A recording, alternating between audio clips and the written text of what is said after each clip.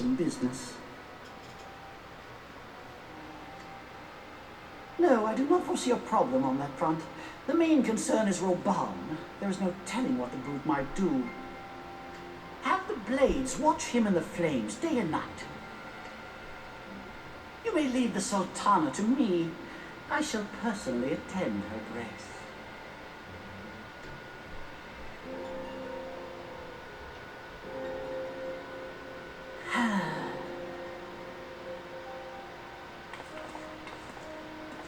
Is that one of the East Aldenard trade routes?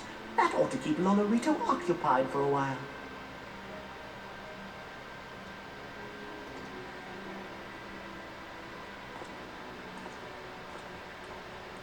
Nanamo Unamo.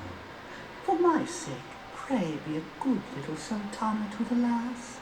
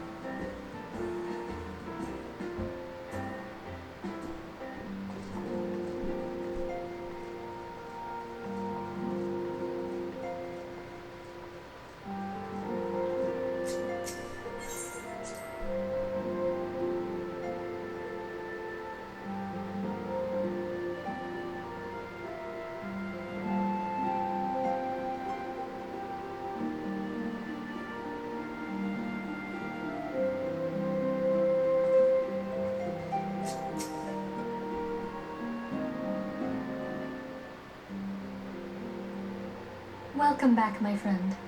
I have already received word from Alfino.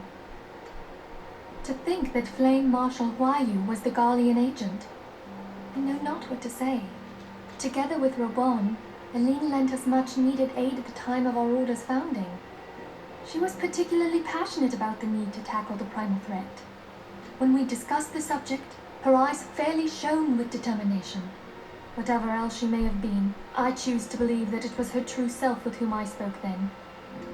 But now is not the time to dwell on such matters. I have an important announcement to make regarding our effort to defeat the Asians. We shall begin as soon as everyone is assembled.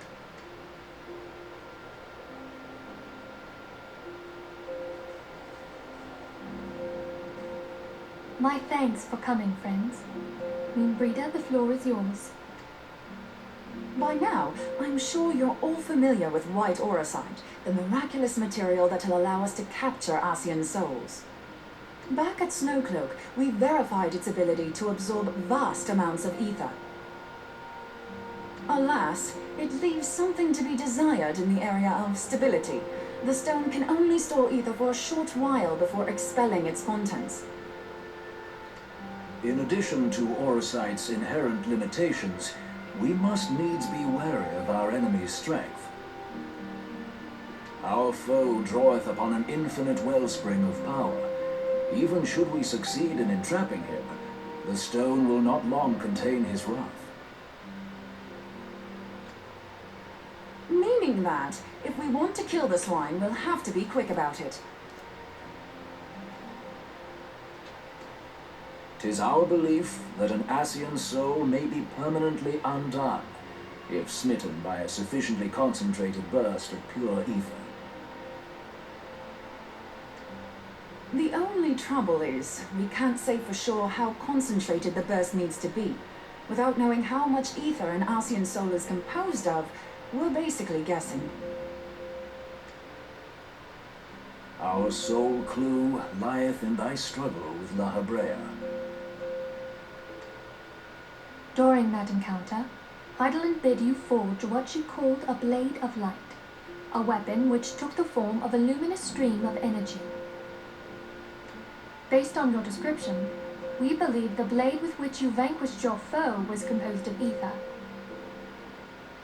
Admittedly, your victory proved ephemeral, as La Habrea was able to use a crystal of darkness to flee into the space that lies between our world and the void.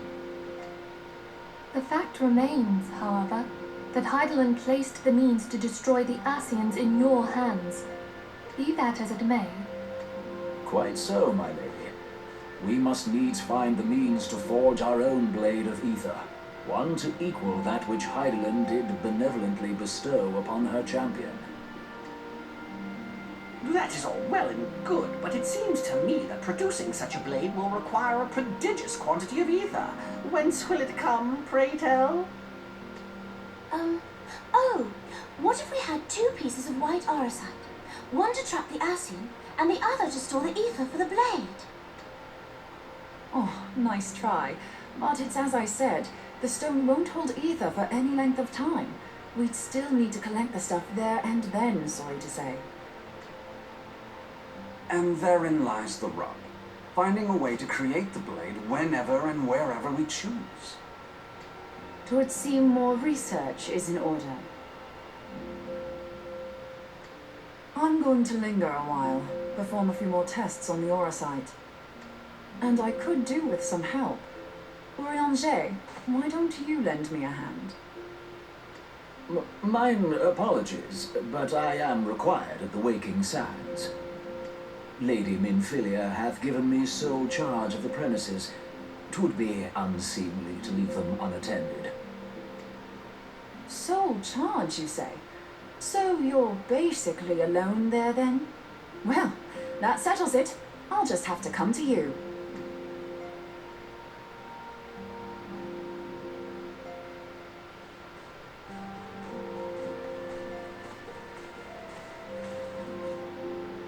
While you were afield, word arrived from the Sharlayan motherland.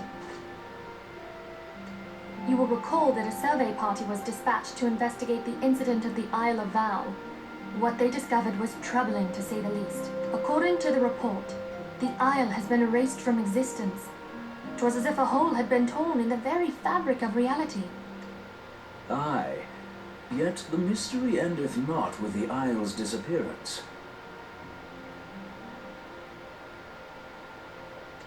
It hath come to light that a number of scholars in various other locales were reported missing at a similar juncture. What's more, they all had something in common with the head of the students of Baldessian.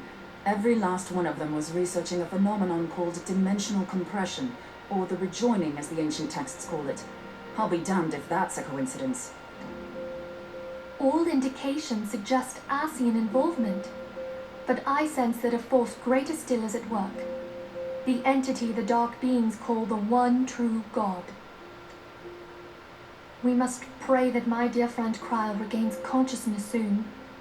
If she bore witness to the Isle of Val's final moments, she may be able to shed some light on this mystery.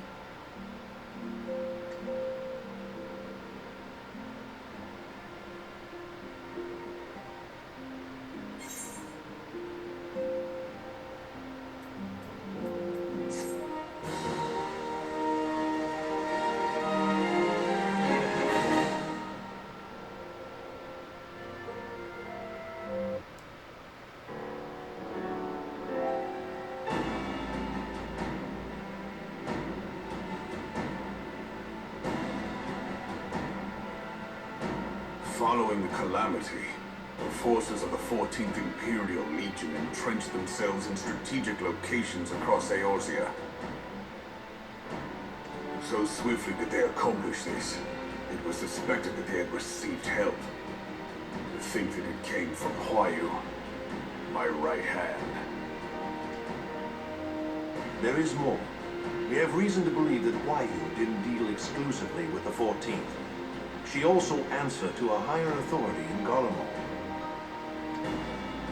But this higher authority could not have been the Emperor. By consenting to the media project, Solus Zos Galvus showed himself to be more concerned about preventing the spread of primal influence than claiming Eorzea for the Empire. He would happily have seen the lot reduced to ash. We believe a number of high-ranking figures within the royal household were against the decision, but that they knew better than to oppose the Emperor openly. Of course, this didn't prevent them from making clandestine provisions, in which Huayu played a part.